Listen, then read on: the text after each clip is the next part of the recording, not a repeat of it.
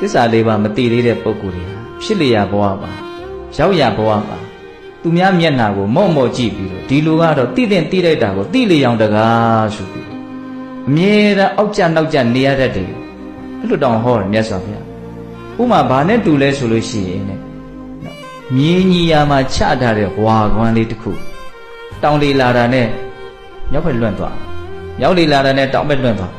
လေသိပ်ချမ်းစရာတောင်မလို့နော်လေလေးနည်းနည်းလှုပ်လိုက်တာနဲ့ကိုသူကမဖြစ်လို့ရောက်ပြက်ခတ်နေပြီသူကဘာလေးတော့ဝါကွမ်းလေးကိုကျွတ်ပုထုဇဉ်တွေရဲ့စိတ်ကလည်းပဲဝါကွမ်းလေးပဲဘာထောက်ရတီယာမှမရှိဘူးဘာလေးနဲ့မှုမှ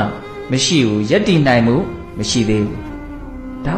လက်တွေ့ခံစားတတ်စေခြင်းတဲ့ဘုံဘုံကခုကျွတ်တို့စိတ်တွေဖြစ်စဉ်ကြည့်ကြည့်လိုက်နော်ဖြစ်ခြင်းတယ်လို့ဖြစ်နေတာနော်စိတ်က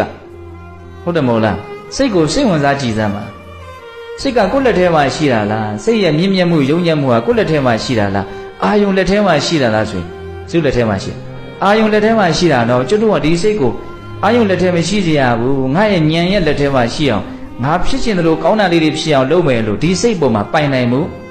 အရှိရသော်ပဲအဲ့ဒါတွေကိုထောက်ပြတာ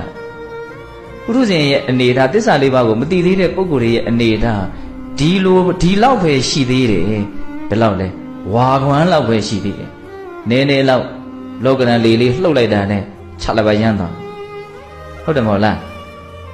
မြေကြီးတဲ့ကို၈တောင်လောက်နဲ့အောင်တူးပြီးတော့စိုက်ထားတယ်မြေပေါ်မှာ၈တောင်လောက်ပေါ်နေတဲ့တကားတိုင်းအဲ့ဒီတကားတိုင်းကြီးကတော့ရိုက်လေးမျက်လာကလေးကြိုက်တဲ့လောက်လားသူ့မှာတုံတယ်လှုပ်တယ်ဆိုတာမရှိဘူးတဲ့သစ္စာလေးပါးကိုသိပြီဟေ့ဆိုရင်တော့အဲ့ဒီပုဂ္ဂိုလ်ရဲ့စိတ်ဟာတုံလှုပ်တယ်ဆိုတာမရှိဘူးလို့အဲ့လိုဟောတာသစ္စာလေးပါးကိုမသိသေးတဲ့ပုဂ္ဂိုလ်ရဲ့အနေအထားဟာကြောက်မဲ့ဖွယ်ရာကောင်းတဲ့အနေအထားမှာပဲရှိနေသေးတယ်ဆိုတဲ့အမှန်တရားကိုမြတ်စွာဘုရားကရိပ်မိဖို့ပြောပြတာဟုတ်လား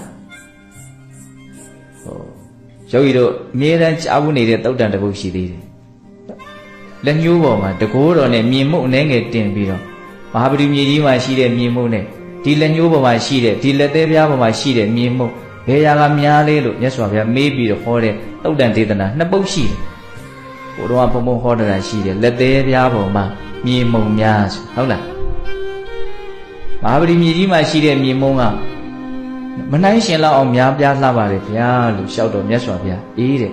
သစ္စာလေးပါးကိုသိတဲ့ဉာဏ်ကိုရထားကြတဲ့